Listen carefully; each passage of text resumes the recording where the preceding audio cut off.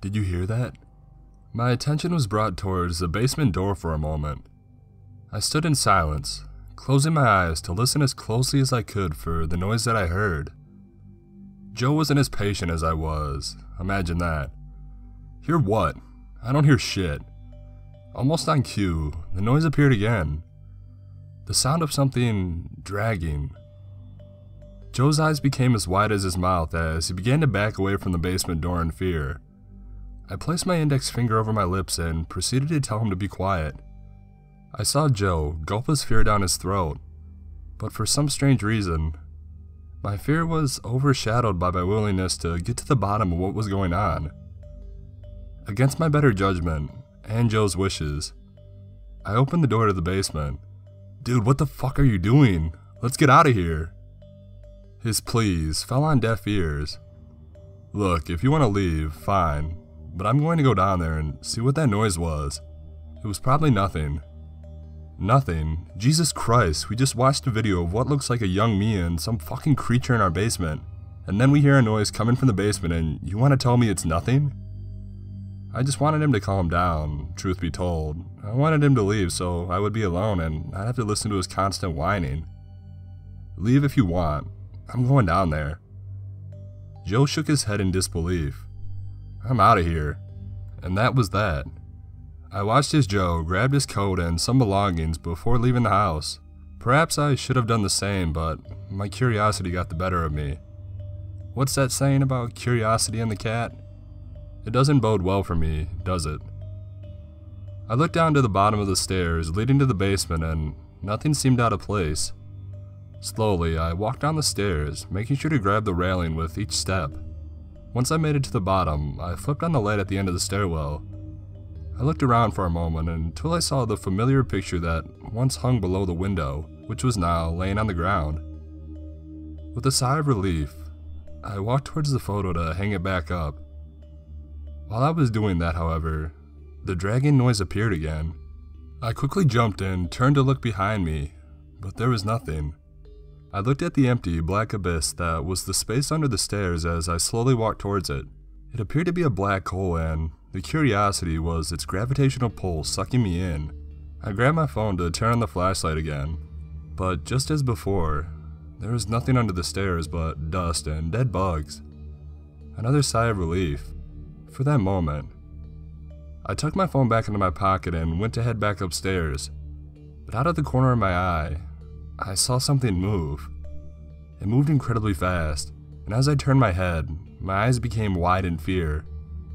I was staring at a familiar sight, the sight of the creature in the video. It was taller than I imagined, skinny, lanky, with arms that dragged across the cement. Its neck was long and skinny, but its head was small. Its face had a pair of two dark eyes, practically black, no nose but a smile, if you could call it that, which was crooked to the left side of his face. It stood there staring at me as if I were its prey. The creature was letting off a hideous odor that smelled like a mixture of rotten eggs and what I only could describe as roadkill. The creature bent down. I watched as its knees went above its shoulders in a crouched position, which seemed physically impossible, but then again, everything about this seemed impossible. The creature began to sniff around before crawling towards me slowly. Its eyes maintained focus on me while it slowly crawled towards my stoic body. Its head was shaking back and forth uncontrollably as it crawled towards me. I had to make a move. I needed to make a move. Without hesitation, I bolted up the stairs and slammed the door behind me. I grabbed the box of videotapes, the VCR, and I left the home, not looking back. I threw the box of tapes in the back of my Ford Focus and left the driveway as fast as I could. I must have hit every red light on my way out of town, but I refused to look back, fearing I'd see the creature. In a panic, I grabbed my phone and dialed Joe to talk to him, but the phone just kept ringing. "You've reached Joe. Leave a message." God damn it, Joe. I hung up the phone and tossed it to the side as I thought about what to do next. With nearly 400 miles back to my home on campus, I had no other option but to rent a hotel for the night. Pulling up to the Motel 8, I booked a room for the night and thought over everything in my head. How did a creature that size remain hidden down there? I sat on the edge of the hotel bed, still in disbelief. I looked over at the box of videotapes and the VCR that I was able to get out in a hurry. Looking back, wasting time to get that VCR was stupid, but there had to be more to this story. I was able to plug the VCR into the hotel television and went over everything in my head again. Should I watch the next tape? Or should I go directly to the authorities? With a deep breath, I inserted the next tape and waited to see what was next. The video started out like the last one, only this time there wasn't a boy strapped down into a bed. Instead, the two white-dressed individuals stood over the side with a pad and a pen, jotting down something that I couldn't read. There was a jump cut and my stomach began to turn. The camera was fixated on the creature, which was standing still against a cold cement wall of what looked like my basement. The creature's eyes were closed and its mouth seemed to have disappeared. Its face was completely blank. Suddenly, the dark eyes opened and the crooked smile appeared on the creature. It didn't move, but it seemed to be awake. The two white-dressed individuals approached the creature and inserted a syringe into its elongated neck before the video cut out. After another jump cut, the camera was pointed up the stairs towards the basement door. The door was closed, but not for long. The door opened and I saw my father slowly walking down the stairs to the basement. He seemed to be in a trance, and his eyes weren't what I remembered. They were pitch black. The creature was eating. What it was eating, I'm not entirely sure. It was slumped against the wall, picking up pieces of food with its long fingers and forcing it into its mouth. The creature turned its head 180 degrees like an owl and was directly looking at the camera. Static. I couldn't contain myself anymore. I got on my feet and I headed to the bathroom, vomiting from what I just saw. The creature made me physically ill, just by the way it looked and how abnormal it was. Leaning over the toilet, thoughts rushed through my head. What was this creature, and are there more like it? I flushed my puke down the toilet and went to get some rest. Everything from that night wore me out, and I could decipher more of the videos tomorrow after a decent night's sleep. I woke the next morning to the sound of someone knocking on the door of my hotel room. In a groggy daze, I opened the door to see that nobody was there. When I looked down, I nearly jumped backwards. Sitting on the ground was a single videotape. I gulped my fear down my throat, shaking from head to toe. I picked up the tape, looked around the hall of my floor, but saw no one. I closed my door, locked it, and sat on the edge of my bed. What was this tape, and what was on it? Shit, I was too afraid to even find out. But I had to talk myself into it, but I really wish I didn't. I put the tape into the VCR and braced myself for the worst. What I saw sent chills down my spine. It was Joe. Not as a child, but as an adult. Wearing the same clothes he was wearing last night. Behind him was the creature, resting both hands on his shoulders, standing tall with its head out of the view of the camera. Joe's head was lowered, looking down at the ground below his feet. He seemed to be asleep or unaware of what was going on, but he was breathing. Both Joe and the creature stood completely still for what seemed like hours, with the creature's hands placed firmly on his shoulders, tightening the grip with every passing moment. I watched in horror as the creature then dragged its tongue across the cheek of Joe before the video cut to static. The creature had Joe. The creature was still in that house. But that begs the question, who was filming it? Jesus Christ, this can't be happening. I mumbled those words under my breath after watching the tape of the creature and Joe. Joe went back to that house after I left and tried to save me, but in return, he was taken by the creature himself. All I could think of was every time I wished harm on Joe for something he said or did. I'd take it all back just to make sure that he was safe. Thoughts spun around my head like a merry-go-round. I knew time was of the essence, but I had no idea what to do or how to go about it. I had to go back, and I had to save Joe. As I left my hotel room, every bad thought imaginable began to creep its way into my mind.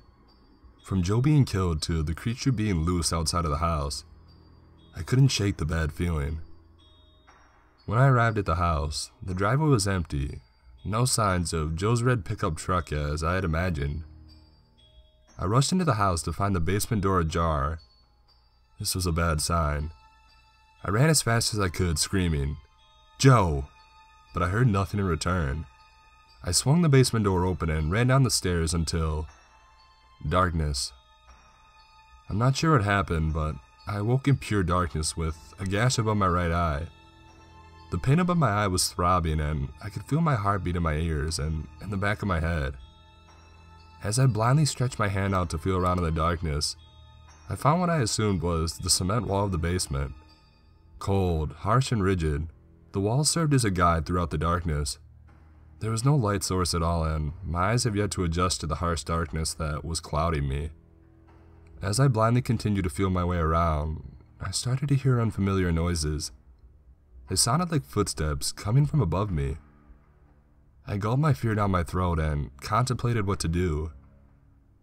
"Hello, TJ, is anyone here?" That was Joe's voice. There was a sense of salvation that I hadn't felt in a long time. "Joe, I'm down here in the basement," I screamed.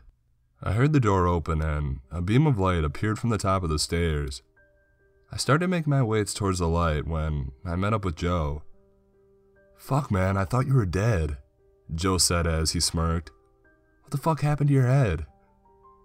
We walked up the stairs to the living room where I collapsed on the couch. The bright lights of the living room caused my headache to intensify beyond belief. Joe grabbed me a wet cloth to stop the bleeding for a bit.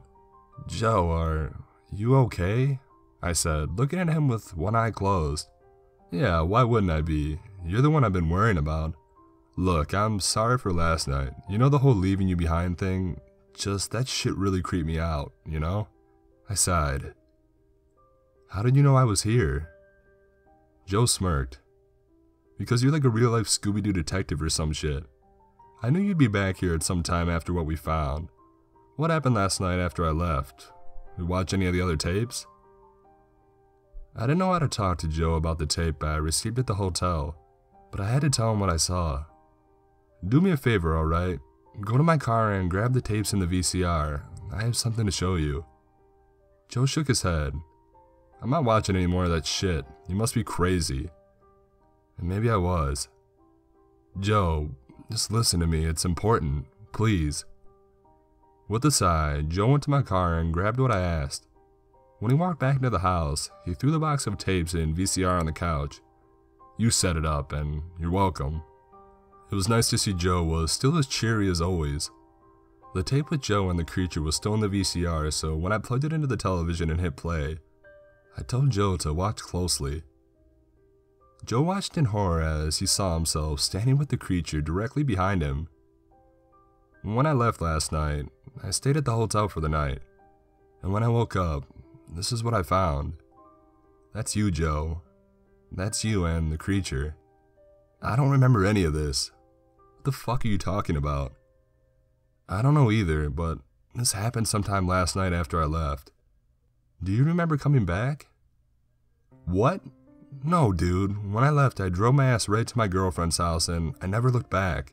I only came back here because I couldn't get a hold of you and I was worried.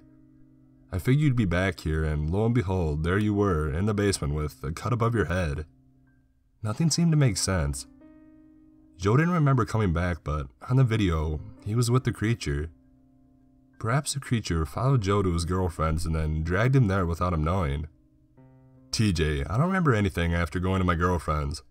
Last thing I remember was falling asleep in bed and waking up the next morning. No dreams, no nightmares, nothing.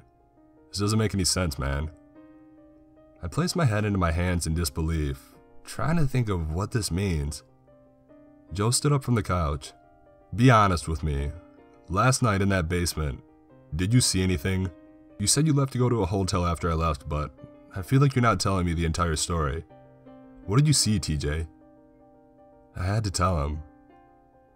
I went down there after you left to search around after hearing that noise, and I saw the creature. It was more disturbing than I could imagine.